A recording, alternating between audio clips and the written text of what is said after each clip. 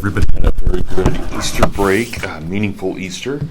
And let's see, I've got all the tests done, and I've got the sign-in sheet, so I'll send that around so you guys just fill that out. And I know several of you still need to take the exam, but hopefully we can get things filled. You still need to get right, yes. So we'll start with you.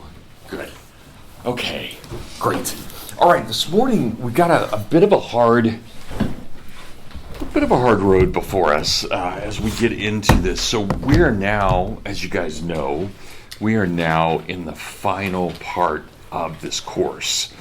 And as such, we're really going to focus a lot on the 20th century and what happens in the 20th century.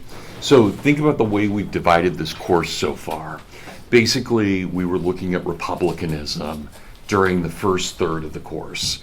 Then we were looking at democracy and other things, imperialism and so forth, things that flow from democracy in the second third of the course. In this final third of the course, we're really going to be dealing with what we call ideology. And I'm going to try and define that here in a little bit, but that's what I want us to think about for the rest of the course, this idea of ideology in the world. And how does America respond to that ideology?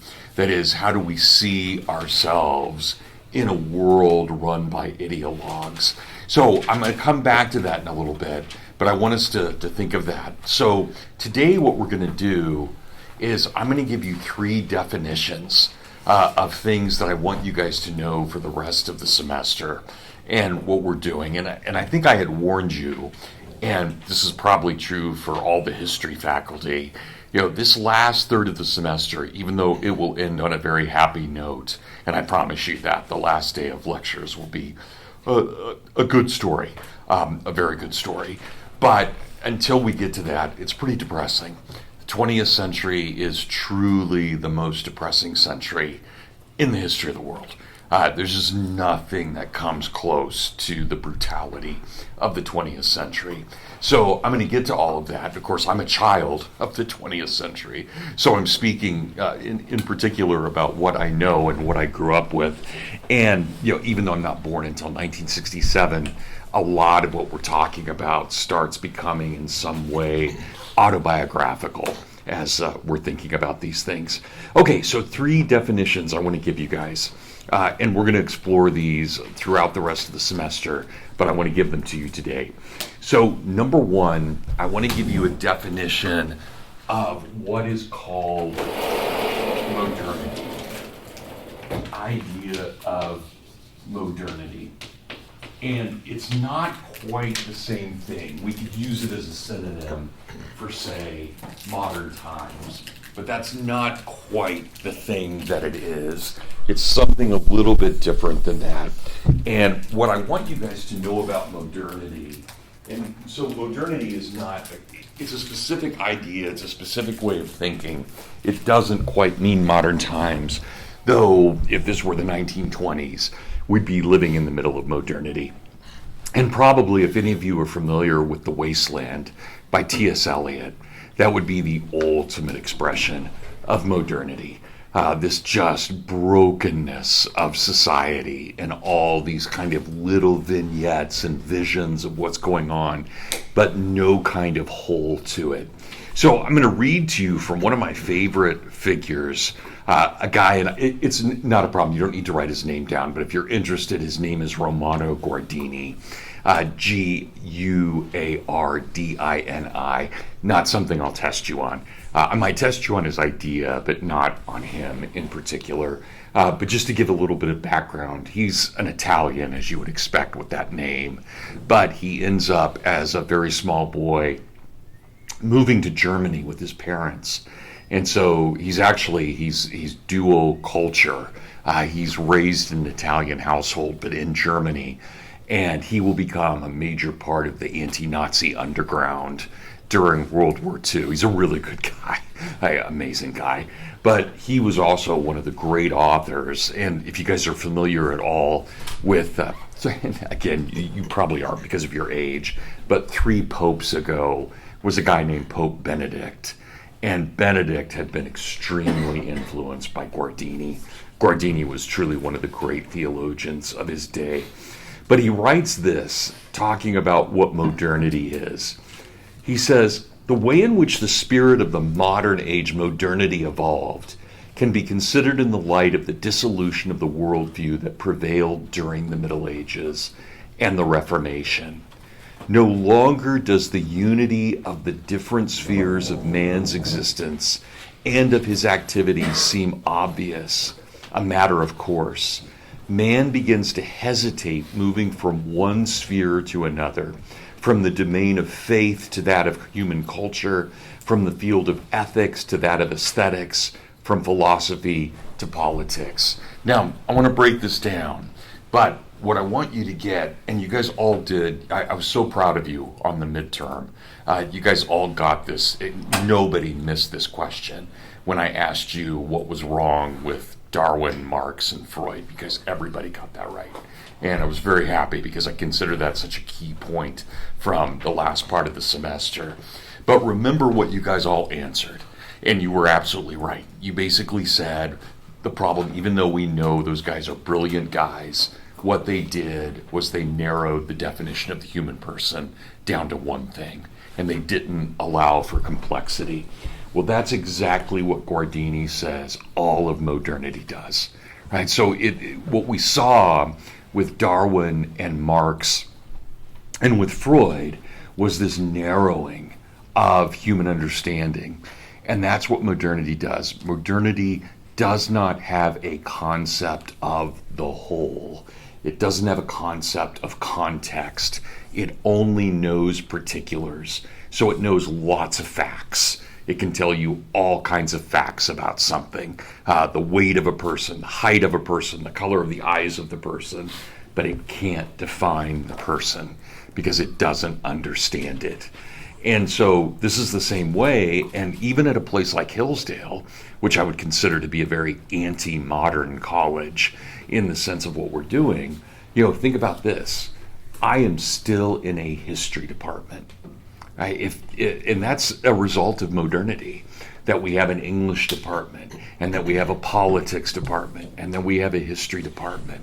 If we didn't embrace modernity, you guys would just get a liberal arts degree. There'd be no majors, and we would all just end up with the same degree at the end of 4 years. So even we at Hillsdale have succumbed a bit to modernity. That is, we've allowed this kind of division of one sphere of life with another. So Guardini says each sphere tends to find its own roots in itself, seeking what especially sets it apart from all the other spheres. So, just imagine, again, let's just take Hillsdale for a moment. Think about how much the history department and the politics department have in common. They're 99% in common. But if we brought the historians and the political scientists in here, we would start arguing about that 1% difference. We would start defining ourselves not as them, but as something else. And you guys do that on campus. You do it with Protestants and Catholics all the time, right? You guys are almost identical from any objective standpoint, and yet you'll start arguing about the nature of the Eucharist or the nature of the Virgin Mary, and it becomes a huge debate that can last for hours. We all do that. That's modernity. That is, we define ourselves against something else. And that, you guys, just remember back to your Western heritage. Think about what the great struggle of the ancient world was. It was always to find your citizenship. I'm a man of Athens. I'm a man of Rome. I'm a man of the universe. Right? So the Stoics, right, trying to pull everything together, so anti-modern in every way. But we pull apart. Oh, she's black, or she's Jewish, or she's Muslim, or she's a she. Right? We're always, and think about at a modern college, you guys, if you had gone to Michigan State, you would have had a full week learning about diversity before college even started. That's as modern as it gets. This is a black person. This is a white person. This is a trans whatever person. And we do that all the time. And it's crazy. It's utterly crazy when we should just be saying, yeah, there's Connor. He's a guy. He's human, right? That's all we need. There's Leon, right? We don't have to break Leon down to being from Chicago and everything. We can just say, there's Leon, right? And he's a mensch. He's a man. And so that's what modernity does. It breaks these things down. So, should we be surprised we have a race problem? Well, of course not, because we obsess about it. We're constantly thinking, oh, I'm white or I'm whatever, which is ridiculous. So that's what Guardini is getting at here, that we've done that in the modern world. Everything's a category. So he tells us, and again, this is how he puts it, the specific areas begin to emerge. Science recognizes nothing except that what arises in methodical consequence from the quest for truth within its own sphere. For art, there is nothing except that which serves exclusively the realization of aesthetic values, the perfection of expression and form. Politics has no other aim but to maintain and increase the power and the welfare of the state. So that's what everything becomes. It becomes a means to an end rather than an end to itself. And I'm not trying to be political here, but I just want to give a modern example. Let's think about yesterday. If you guys were watching the news, and I kind of wish I hadn't watched the news, except for the moonshot. That's just fantastic. But if you've watched what's going on in Iran, yesterday Donald Trump wakes up, our president, right, wakes up, and he sends out a tweet that says by 8 o'clock tonight, meaning yesterday evening, we will have reduced Iran to the Stone Age, right? We will have just wiped out a whole civilization. Well, okay, that's a lot of bravado. And think about this. Yeah, we have the ability to build a B-2 bomber. That's great. It's great, and it can be used properly, right? We should defend the homeland. But if we're hitting girls' schools in Iran, maybe we're not doing quite the right thing. So simply because we can do something doesn't mean we should do something. And so, yeah, we can go to IBM or Apple, or we can go to any of the big corporations, and we can say profit is great. And profit legitimately earned is totally great. But if profit comes at the expense of your population, you've messed up in some way. And so it's not enough that we can do these things. It's enough that we know when and when not to do these things. And that's the difference between knowledge and wisdom, right? Knowledge is knowing a thing. Wisdom is understanding a thing. So that's what Guardini is getting at here, again, with modernity. And so to end this discussion on modernity, this is what he says. Each domain asserts itself so emphatically that the unifying view of the whole is lost before each domain's claim to autonomy. So again, I see that all the time. I'll go to a conference and I'll start talking, and historians are actually pretty good about not using jingo. But you meet someone from sociology and they have 1,000 different terms they use, and you have to learn them. It's like, what are those terms? Well, it's not quite fair that this other field gets to just make its own vocabulary up. There's kind of a ridiculousness to that. And so how can we actually communicate if we don't have a unified whole? So again, that's what modernity is. Modernity is the compartmentalization of life. It is the narrowing of life and not discovering what holds us together. And again, you guys, please know I'm not just trying to preach, but we should not be surprised when we see racism as a result of that, or bigotry as the result of that, because we're so focused on the particular that we lose the broader understanding. Okay, second, are there questions on modernism or modernity? Right? And it comes in different forms. So, again, T.S. Eliot, ultimate expression of modernity with The Wasteland. I love The Wasteland. I would never want to stay there, right? That's not a place I want to visit. But, well, no, let me rephrase that.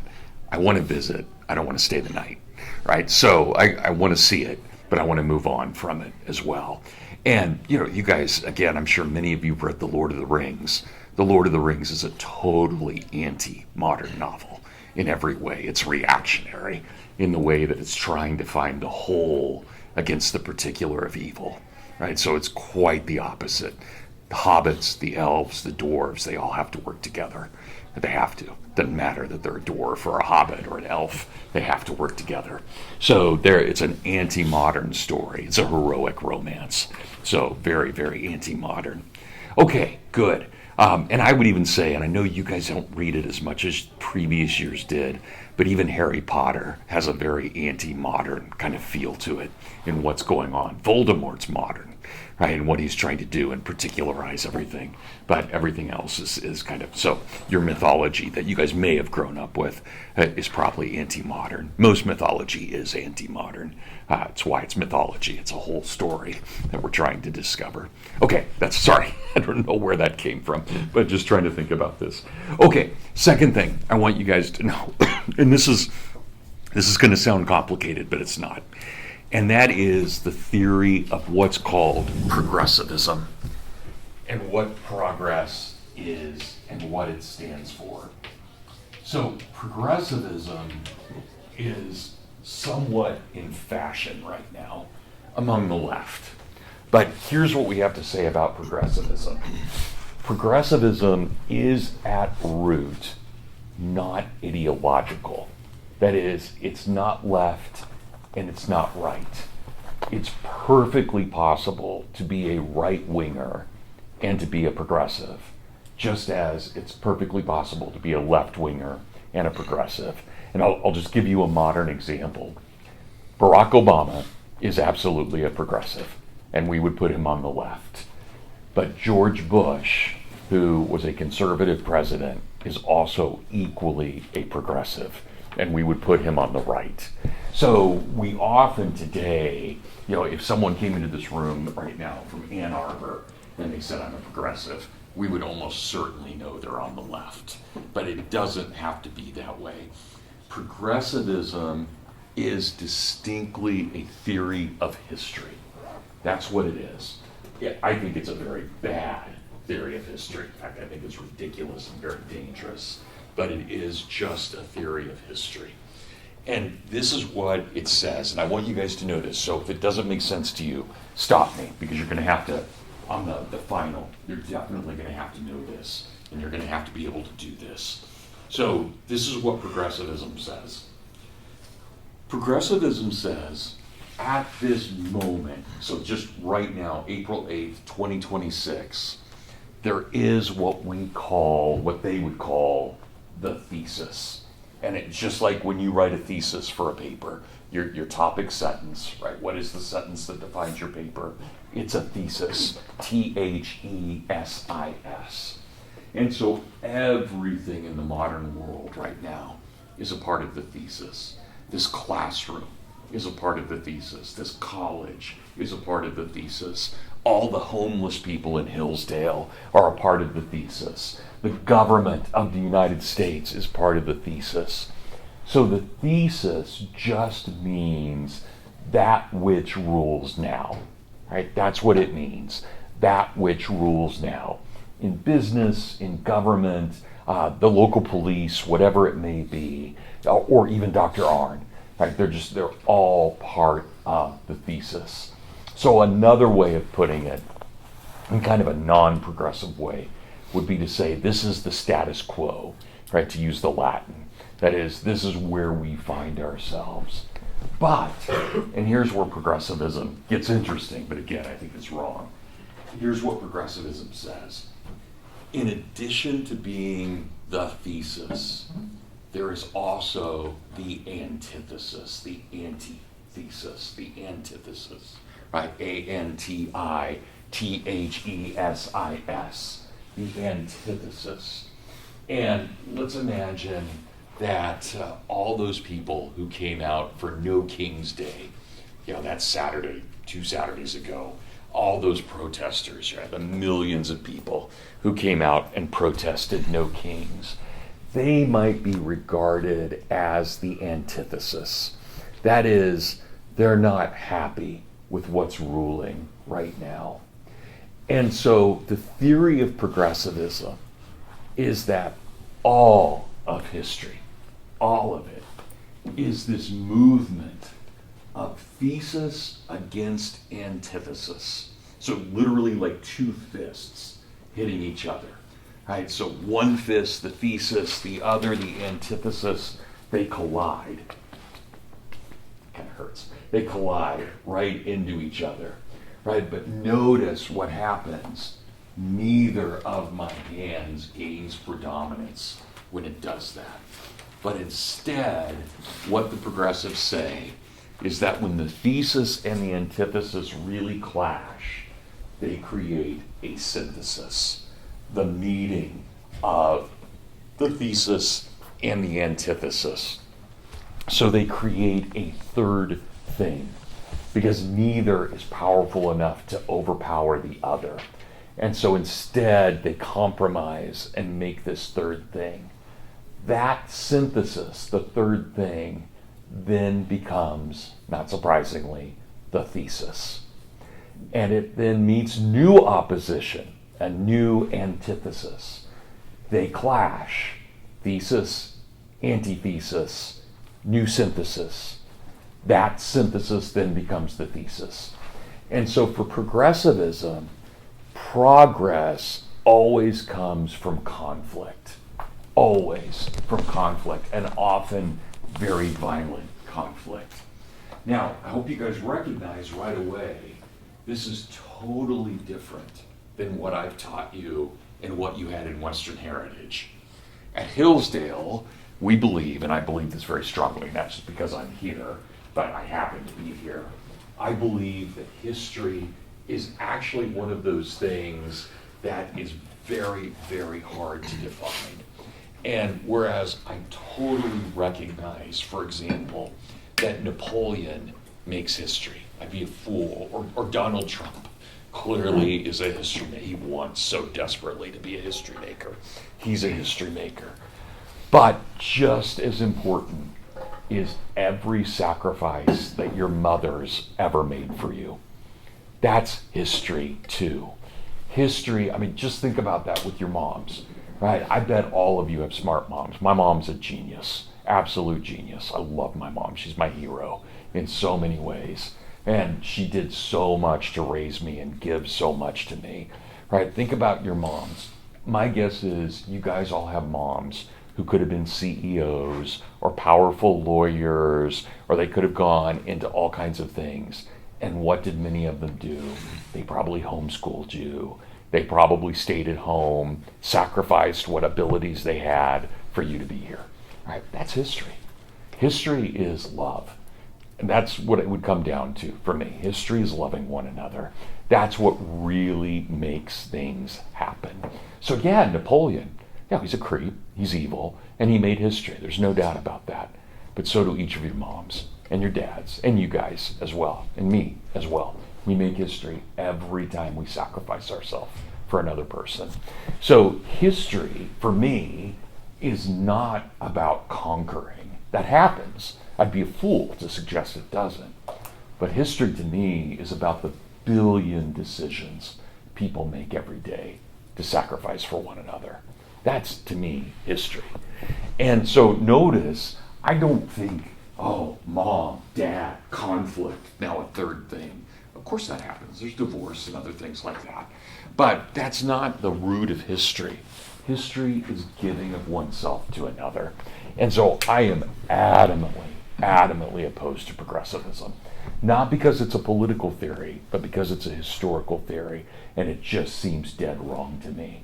But I want you guys to know, anybody just, and no problem if you didn't recognize it, you guys recently read a brutally open progressive piece of history in this class. You guys did. Did you catch it? And I didn't test you on it. It was a reading I gave you right before your test, and then I didn't test you on it. Anybody? It's okay if not. I gave you guys the piece by Frederick Jackson Turner to read, The Significance of the Frontier in American History. What does Turner say? There are the Europeans, there are the Indians, they clash, they become a third thing, the Americans. Right? It's utterly progressive in every way. And I like Turner. I think he's wrong about that. Turner's a good guy, old Republican, good guy, conservative. But there he is embracing this idea. And so I also want you guys to know just a couple of minutes of where this comes from. So notice what progressivism is. And I think that when you see it, you can't unsee it. Progressivism comes from Germany, or from what would have been the German states before they become Germany. And we always associate progressivism with two very important philosophical thinkers, that is, two philosophers. One by the name of Hegel, and the other by the name of Fichte. So that's its roots. But I hope you guys recognize too this idea that we're always moving, progressivism, we're always moving towards something greater. We're progressing towards a greater thing. This is just Christianity that's been put in our world. Think about Christianity. Heaven's not here, it's in the next world. The New Jerusalem is not here, it's in the next world. We're moving towards it, but we're moving towards it in eternity. What these guys do with progressivism is they take that Christian theory and they thrust it onto the earth. And it's basically a heresy. Progressivism is a heresy. So that's probably the best way to think about what it is. Okay, guys, I know this is a dry class today because I'm giving you these three definitions, but everybody's still following me. Okay, any questions about progressivism? So notice here, again, it's not left-right. I think it lends itself towards leftism, but it is perfectly possible to be a right-wing progressive. And again, George Bush, former president, is the ultimate example of a modern progressive, right? In the way that he viewed history, the way that he viewed our invasion of Iraq. This was all part of progressing towards a better world in some way or another. That, at least Trump is not a progressive. Trump is quite the opposite. So I don't think he's trying to make the world better. I think he's just trying to make America better off, which is good and bad in its own way. But yeah, he doesn't care about the progress of Western civilization. He cares about protecting American interests. So that has its own good and bad to it, but he's not a progressive at all. So how much of a difference, though, is there in thinking like we can make heaven on earth, and as opposed to thinking we can make heaven in America? Like, is it really? Yeah. Oh, they're related. Oh gosh, like, Connor. Yeah, they're absolutely related. Yeah, they're totally, and especially think about everything we talked about with Crazy Lorenzo and with John L. O'Sullivan. Oh yeah, absolutely. But like it's related. With like the Trump example you gave. Oh like, yeah, do you get? I could be wrong, and I'm not qualified to speak on this actually, so I'm just talking. But do you really think Trump thinks America can be perfect? I'm not sure. Maybe he does. If he does, then it's a form of progressive nationalism. If he does, yeah. Okay. I'm just not. I'm never convinced that Trump is anything other than just. He's a bully. I mean that's how he made his money. That's how he became president. He's a bully. And I don't think there are higher ideals associated with him. Right? He's not like in the clouds enough to. I don't think so. Yeah. No, he's pretty low in what he's shooting for. But Connor, I could be totally wrong about this. That's it. That'd be a difference between Yeah. So I mean, when we're talking about the 19th century, I'm confident. When we're talking about right now, I'm a lot less confident. So yeah. Okay, that's great. Thank you for that. Anybody else on this? Okay, last definition then, totally related, as you'll see here, in the same way. The last definition I want to get at, and we're going to spend quite a bit of time on, again, all of these things in the 20th century and what we look at here. But the last definition I want to think about is ideology. And I want to try and explain what ideology is. And I hope you guys recognize why I'm doing a third, why we need to look at modernity and then progressivism before we look at this third thing, ideology. Okay, we have to be very, very careful. In the modern world, if you guys are in the cafeteria and someone says, well, this is my view, or what I just did with Connor, when Connor said, well, don't you think Trump did this? And I said, well, I think Trump's kind of low, and it's da-da-da-da-da. You know, and I said that. He could easily, and we would do this, we would say something like, oh, that's just Dr. Berzer's ideology. That's his way of thinking. Or that's Connor's way of thinking. And in English, we often do that. We basically substitute ideology for worldview, not our English department, but in other English departments. That's totally wrong. Ideology is not just a set of ideas. It is a religious set of ideas that are not quite religious. That is just like progressivism, where it takes a theory of the next world and pulls it down into this world. Ideology does the same thing. But ideology, and I'll give you a brief history of the word itself. Ideology dates back, ironically, the person who coined the word was Napoleon. He was the person who came up with the word. And if you guys remember your Napoleonic history, and no problem if you don't, but if you remember Napoleonic history, Napoleon was a part of the French Revolution, but he came from the authoritarian end of it. And he didn't like all the theorizing that was going in. So he's a dedicated revolutionary, but he doesn't like all the theorizing that's happening among the other French revolutionaries. And so he makes fun of them. And of course he kills them, but he makes fun of them. And he says they're ideologues. That's the term he uses. And he literally, and I'm not a fan of Napoleon, but I think this is hilarious. His definition of ideology was the science of idiots, right? That's where ideology actually comes from, the science of idiocy or of idiots. And so that term, though, because nobody had ever thought ideologically before Napoleon and his enemies, that term enters into the English language mostly in America through John Adams, who hates ideology. Before there was a word called ideology, people referred to the concept as the armed doctrine. So the armed doctrine was the concept, but ideology becomes the new word. Okay, here's what ideology is, and it's best to define it by giving examples. And again, you guys stop me. Please do not hesitate if this does not make sense. But let's think about probably the two most famous ideologies of the 20th century, communism and fascism. Right? Those would be, maybe there's something else I'm missing, but I would say those are the two that are the most important in terms of what ideology is. Look at what communism says. Communism says we should love our community. Well, that's totally true. There is nothing false in that statement. We should love our community. But if we only love our community and we start killing other communities, we've made a grave error.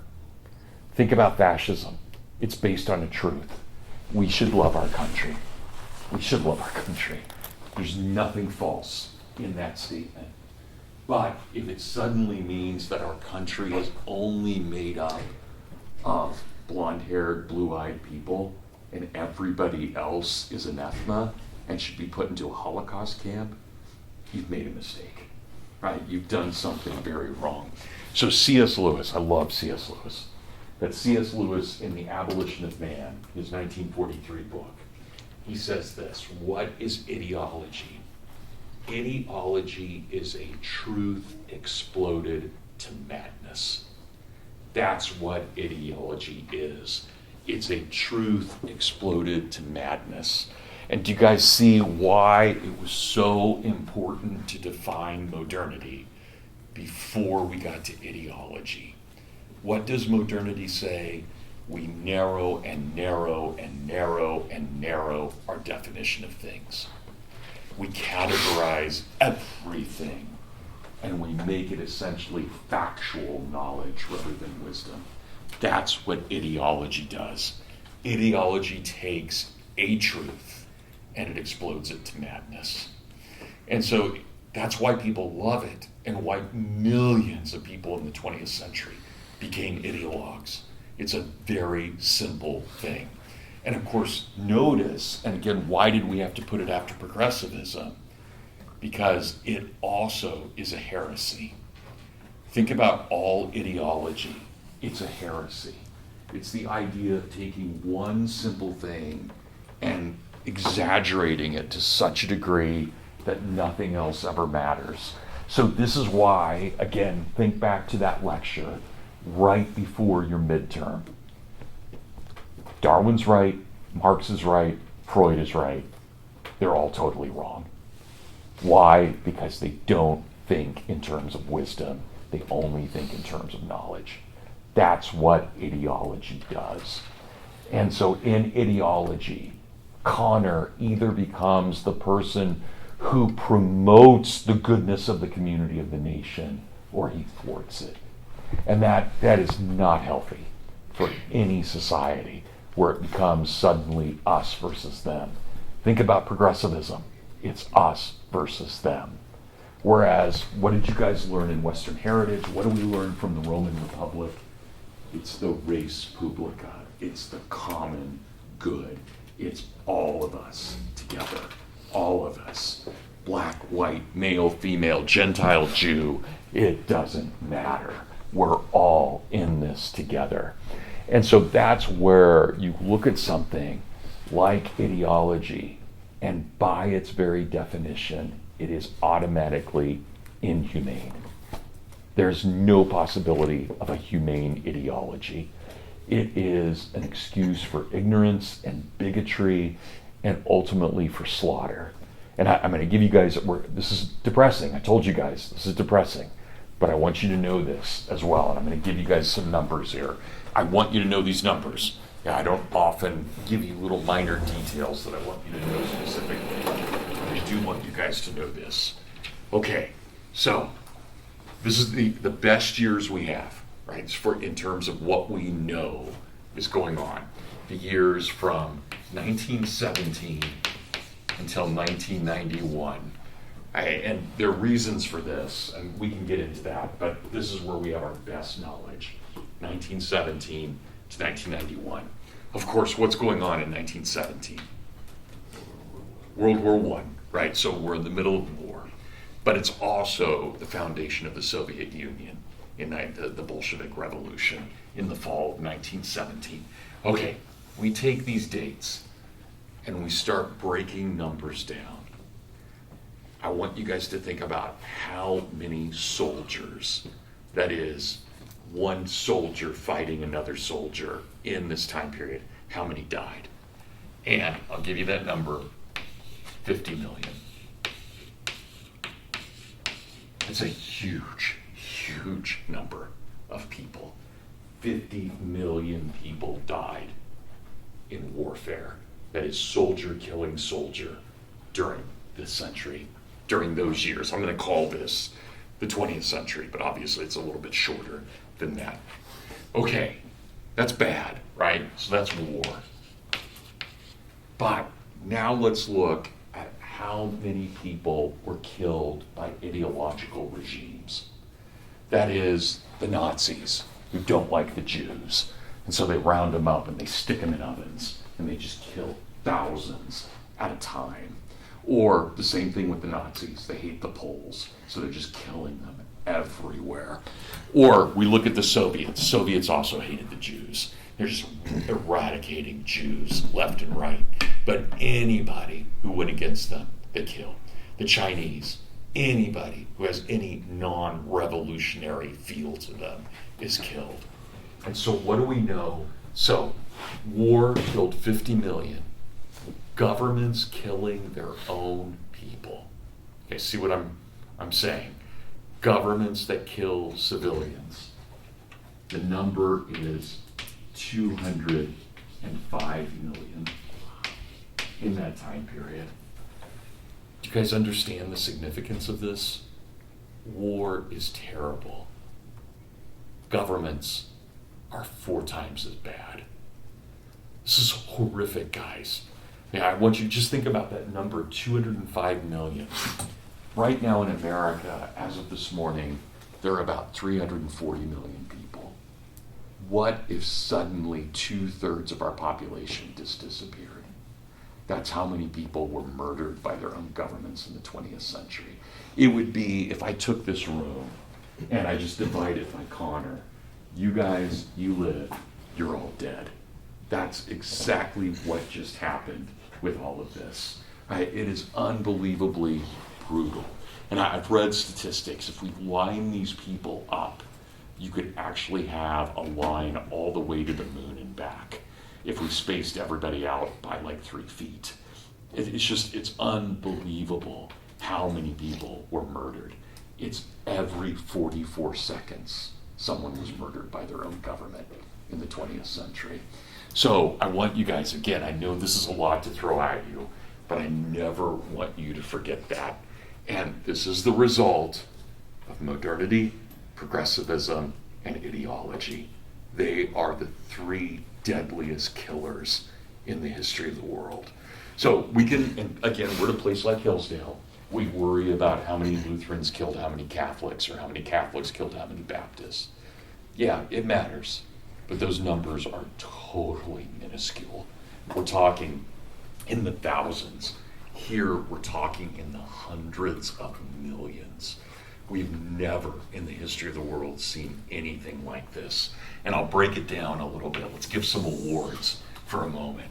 The greatest killer of the 20th century, Mao Zedong, the leader of China. We know that under his reign, 65 million people were killed. 65 million. It's the highest number.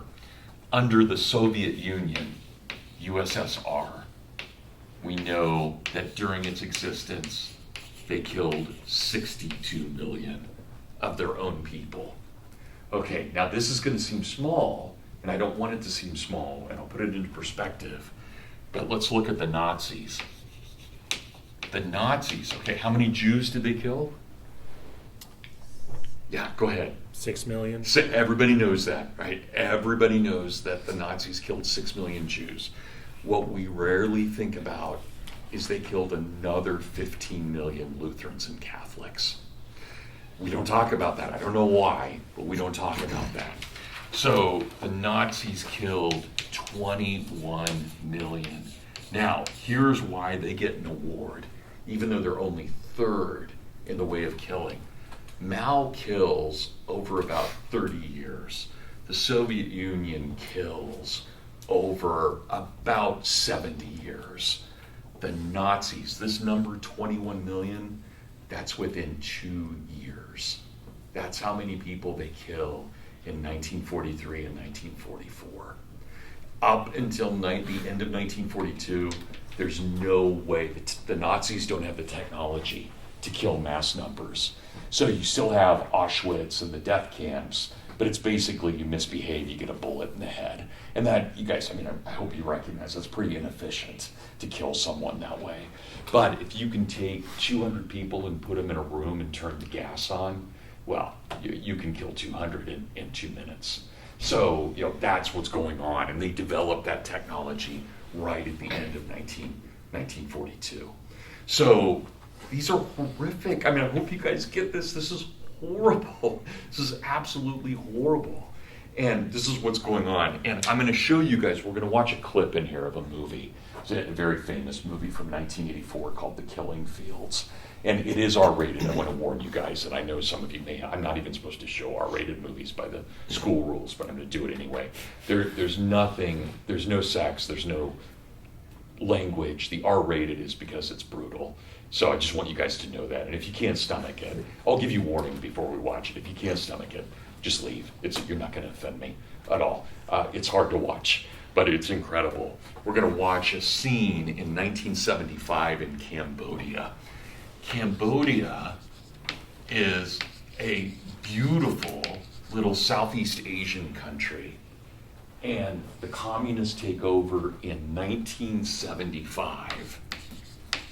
And they rule there until the very beginning of 1979. So about 3 years they rule. And during their 3 years, they're called the Khmer Rouge, or the communists there. They kill, and Cambodia will never recover from this. In 3 years, they kill 50% of their population. It's never happened anywhere before. And yeah, it's just a bloodbath, an absolute bloodbath. So I hope you guys know, when you see somebody say, oh, communism has never been tried, man, that person, they are either as unbelievably stupid as you can possibly imagine, or they're just evil. Because communism has been tried everywhere, and it is the most heinous ideology that has ever existed. It is horrific in every way. So the Nazis are really, really, really, really bad. The communists are just as bad in every way. Okay, good. That's me preaching a little bit, but all right, you guys all still with me? Sorry, I know it's depressing, but you guys got to know this. It's you're Americans. You got to know it. You got to know what's going on. Okay, good. Well, let me hand back your where was the sign-in sheet? Britta's got it. Good. Britta, just bring it up when you're done. You don't have to do it right now. Okay, top grade. You guys know this is not personal. I don't know who you are. I did have everything graded by the end of Saturday. So that was my Friday and Saturday. That was my, Good Friday, right? Either go to church or grade tests. So I graded tests. I don't know what that says about my soul. But, okay, good. Top grade in both classes, Mickey Mantle. So, yeah, good job. That was great. You're welcome. Thank you. Okay, these are in no order now after that. Bond, James Bond. Thank you. And you guys take off after you've got these. Andrea Rose.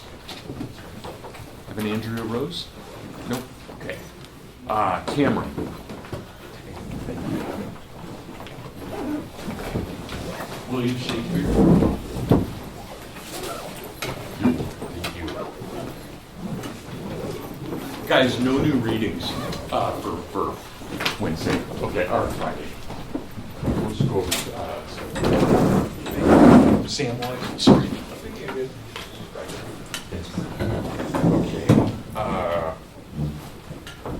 Brother Bratter, maybe? What is it? It's not mine, but Oh, it's nice. Good. Lincoln? Great. Odysseus? Nice. Someone's got some confidence. John Huss? I don't think anyone has ever picked him before. The proto-Protestant. John Singer Sargent?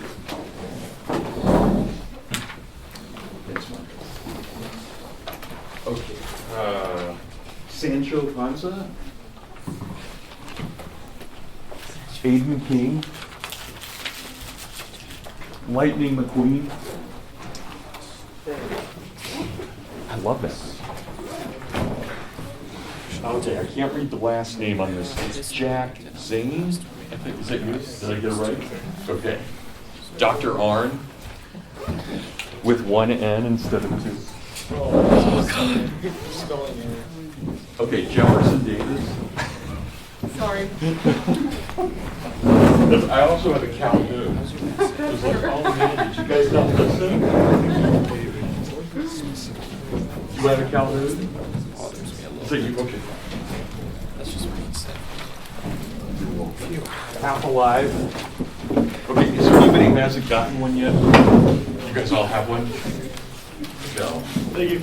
You're welcome by Ryan. That's right. I don't have it yet. No, you're good. Yeah. Okay, perfect. No worries. I just wanted to make sure that we're touch base. Okay, thank you.